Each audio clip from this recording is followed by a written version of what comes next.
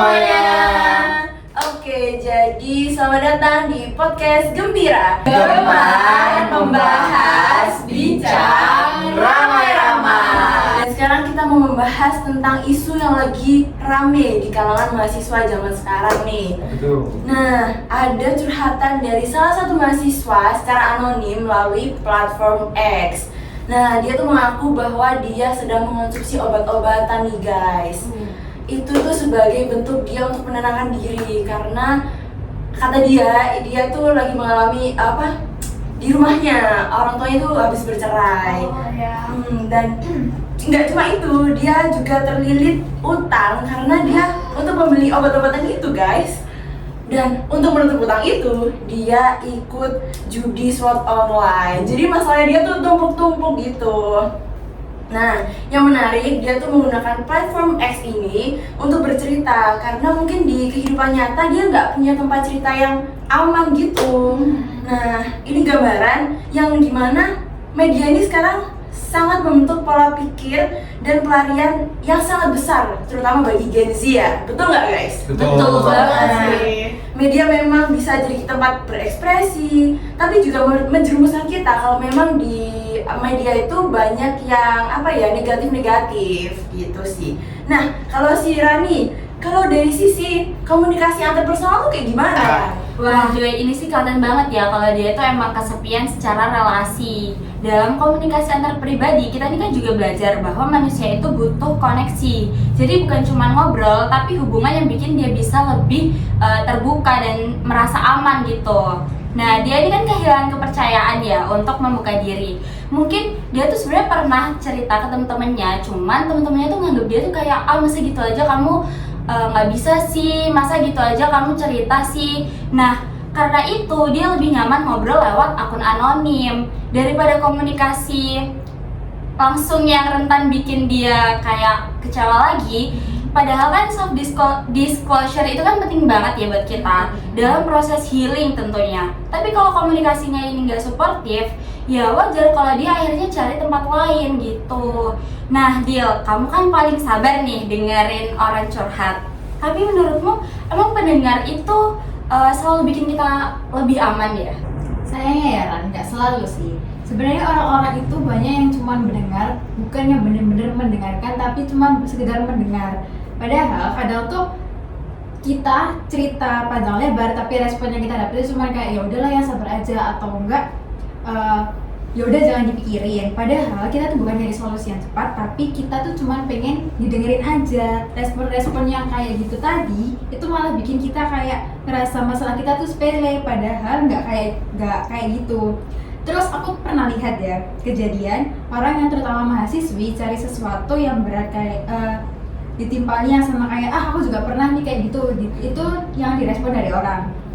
Padahal bahkan lebih parah, itu bikin kita makin down. Padahal karena akhirnya kita tuh jadi mikir, apa aku lebay ya cerita kayak gitu. Padahal bukan itu sebenarnya poinnya. Kalau seseorang pernah dapet respon yang invalidatif gitu, atau malah dibanding-bandingkan, terus bisa trauma loh, bisa trauma buat cerita lagi.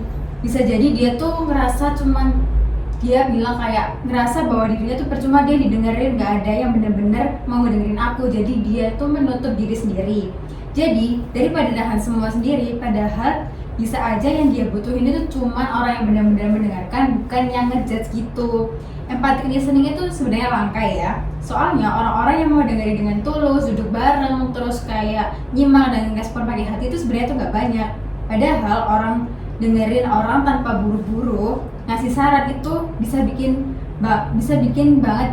orang merasa cukup, merasa dihargai, diakui perasaannya. Kadang yang kita cari itu koneksi, bukan solusi tapi koneksi Ran. Terus tapi ya Kier, kadang sebelum mereka cerita sebenarnya kita udah bisa melihat tanda-tandanya kan. Betul banget Dil. Jadi komunikasi nonverbal itu penting banget loh buat kita pahami tanpa kita harus ngedenger omongan langsung dari lawan bicara kita. Karena kayak ekspresi kosong, bengong, terus gerakan gelisah, postur tubuh yang nyempil di pojok ruang kelas itu adalah suatu sinyal. Bisa aja suatu sinyal kalau dia tuh butuh orang yang dengerin dia butuh pertolongan. Nah, cuma masalahnya kita tuh peka atau enggak, karena kebanyakan ya kita tuh jarang peka. Kayak kita tuh fokus sama yang kelihatannya rame, padahal yang diem itu bisa aja udah rusak tuh. Nah mungkin si mahasiswa ini yang tadi Joy bilang, itu dia itu udah coba ngasih kode ke teman-temannya, tapi sayang banget kalau temennya tuh kayak nggak sama kode yang dia kasih lah. Jadi ujung-ujungnya ya dia terlibat lah secara pinjol dan lain-lain. Padahal misalnya nih teman-teman, kalau misalnya dia dan teman-temannya misalnya teman-temannya dia bisa aja hal tersebut tidak akan terjadi gitu. Tapi Mas, kamu pernah nggak sih ngerasa kalau dalam satu circle kamu tuh ngerasa sendirian gitu? Pernah banget lagi berbanding ya, tapi dan itu ironis banget ya, karena dalam komunikasi kelompok seharusnya justru ada rasa kebersamaan, tapi sering sekali kelompok itu penuh ekspektasi sosial yang malah bikin itu menutup diri. Nah, di circle tertentu, curhat dianggap drama atau masalah mental yang dianggap baper atau berperasaan. Akhirnya kelompok yang harusnya jadi support malah jadi trigger baru. Makanya penting banget punya norma komunikasi yang sehat dalam kelompok. Bukan cuma soal kerja bareng, tapi juga soal peduli satu sama lain. Nah, Nat, kamu pasti paham banget gimana tekanan identitas juga bikin orang makin susah ngomong ya? Benar banget nih Moses, dari sisi budaya dan identitas ya, jelas dia tuh bawa beban besar yang dari lingkungan sekitarnya atau lingkungan sosialnya. Dia tuh ngalamin yang namanya krisis identitas. Apalagi kalau misalnya dia laki-laki ya, masyarakat tuh bakal sering nuntut dia nggak boleh nangis, nggak boleh cerita dan lain-lain. Itu yang bikin dia ngerasa nggak punya ruang buat jadi dirinya sendiri. Dia merasa harus jadi versi yang lain atau versi palsu di media sosial, bahkan di dunia nyata. Bisa dilihat dia malah lari jadi anonim di media sosial. Kalau semua orang nuntut dia buat baik-baik aja, dia bakal tenggelam terus dong. Jadi nih guys, dari semua pembahasan kita nih tadi tentang anonim ini yang masalahnya bertumpuk-tumpuk, ada 3, ada judi online, ada apa ya tadi? Obat ya, itu tadi disebutin di awal. Itu tuh kita bisa simpulkan jadi satu hal besar. Jadi kita tuh butuh komunikasi yang empatik dan suportif. Kita tuh harus peka. Kita harus memberi kayak semangat ke teman-teman yang memang lagi terpuruk gitu. Dan itu bisa terjadi baik secara digital ataupun secara langsung gini gitu sih. Itu berarti kita perlu ruang aman buat bicara ya teman-teman. Jadi bukan ruang untuk pamer siapa sih yang paling kuat di dunia ini gitu. Dan belajar dari pendengar yang hadir, yang bukan cuma nanggepin tapi benar-benar memahami kita. Dan juga kita tuh harus lebih peka ya teman-teman terhadap bahasa tubuh, karena banyak banget orang tuh yang nggak ngomong, dia tuh kayak milih untuk berteriak dalam diam gitu. Nah, kelompok itu juga bukan cuma tempat kerja, tapi tempat pulih. Jadi yuk bangun iklim komunikasi yang terbuka. Nah, dan dari sisi budayanya, kita harus hentikan narasi toksik tentang maskulinitas. Karena kekuatan itu sejatinya justru muncul saat kita berani jujur dan minta tolong.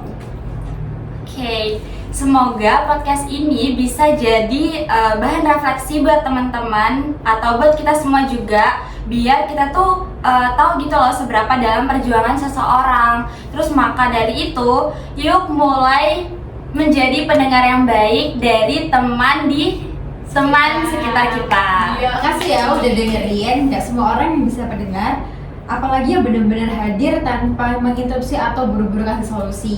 Ingat, kadang pertolongan itu nggak datang dari hal-hal atau dramatis. Kadang kita datang dari hal-hal kecil, mungkin kita anggap sepele, kayak satu obrolan ringan yang tulus, yang nggak dibuat-buat. Cuman dengan dengerin aja, kamu mungkin udah nolong seseorang hari ini. Betul, jadi sampai jumpa di diskusi berikutnya. Tetap jadi pribadi yang peduli, bukan cuma pinter ngomong. Dan semoga setelah ini kita bisa lebih hadir buat orang di sekitar kita. Ya, yuk komunikasi sehat, karena komunikasi yang baik itu bakal nyelamatin banyak hal. Betul. Dadah.